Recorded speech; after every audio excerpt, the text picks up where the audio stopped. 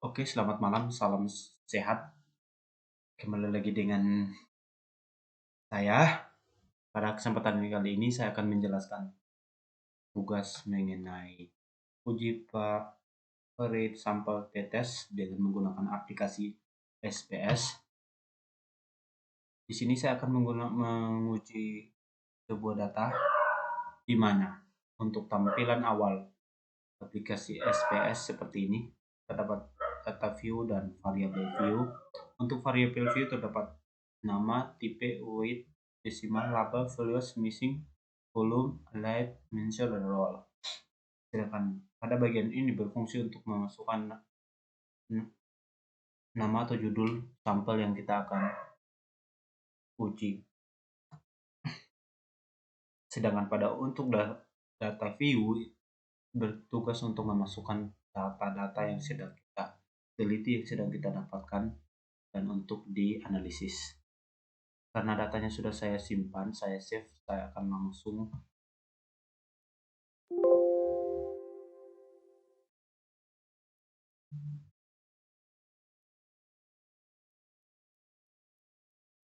Oke, datanya seperti ini. Untuk variable view seperti ini tampilannya.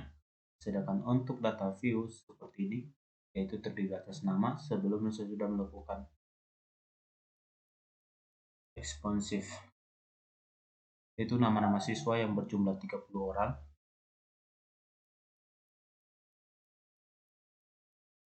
Sebelum kita menganalisis data ini menggunakan uji rate sampel tetes, kita harus mengetahui dulu apa itu uji sampel rate tetes.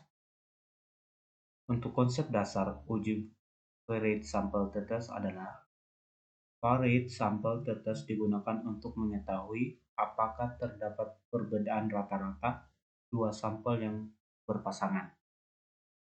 Yang kedua, dua sampel yang dimaksud adalah sampel yang sama namun mempunyai dua data.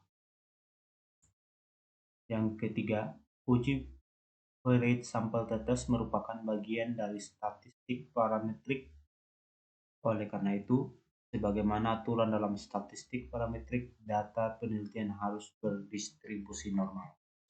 Jadi maksudnya data ini harus berdistribusi normal sehingga akan berjalan dan dapat dianalisis menggunakan aplikasi SPS, yaitu dengan uji rate sampel tetes. Yaitu untuk menganalisis data ini kita ke analyze, kita converge mean, kita valid sampel data, kita klik, dan untuk sampel sebelumnya kita masuk ke sampel variabel pertama, dan untuk variabel sesudahnya kita masukkan ke variabel kedua. Kita langsung klik OK. Nah, untuk tampilan hasil output dari analisis SPS akan muncul data seperti ini, yaitu terdiri atas varied sampel statistik, varied sampel korelasi, dan varied sampel test.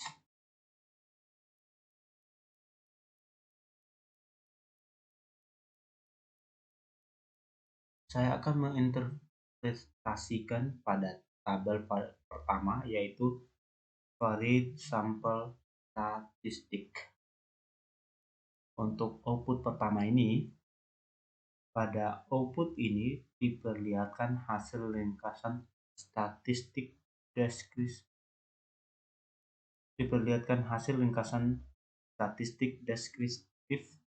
dari kedua sampel atau data yaitu sebelum dan sesudah. Dan untuk hasil output kedua pada tabel ini, bagian yang kedua output ini adalah hasil korelasi atau hubungan antara kedua data atau variabel, yakni sebelum dan sesudah. Untuk V1 di mana di sini untuk N yaitu jumlah sampel yang terdiri dari 30 orang siswa, dan sedangkan korelasinya berjumlah 0,721 dan untuk nilai signifikannya 0,00. Oke, maaf sebelumnya. Untuk pada variate sampel statistik pada tabel yang output pertama, hasil pertama menunjukkan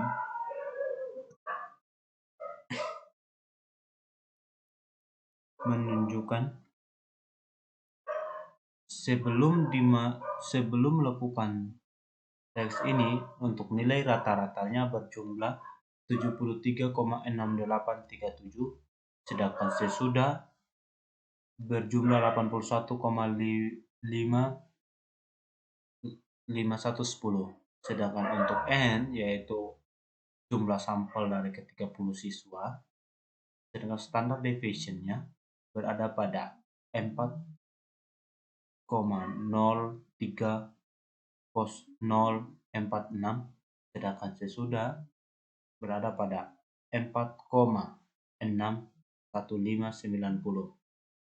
Untuk standar error mean-nya berada pada nilai sebelumnya berada pada nilai 0,73586, sedangkan sudah dilakukan uji coba atau test exploit berada pada 0,844274.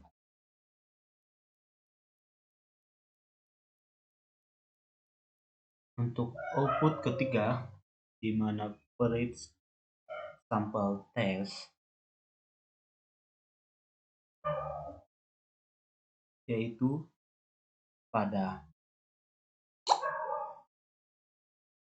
dasar pengambilan keputusan, yaitu yang pertama, jika nilai signifikan to-tail lebih kecil dari 0,05, maka terdapat perbedaan yang signifikan antara hasil belajar sesudah dan sebelum. Jika nilai signifikan to-tail lebih besar dari 0,05, maka tidak terdapat perbedaan yang signifikan antara hasil belajar pada data sesudah dan sebelum. Pengambilan keputusan diketahui bahwa nilai signifikan to-tail sebesar 0,00 lebih kecil dari 0,5, maka kita dapat disimpulkan bahwa terdapat perbedaan yang nyata antara hasil belajar sebelum dan sesudah. Oke, sekian dari hasil pemaparan saya. Terima kasih.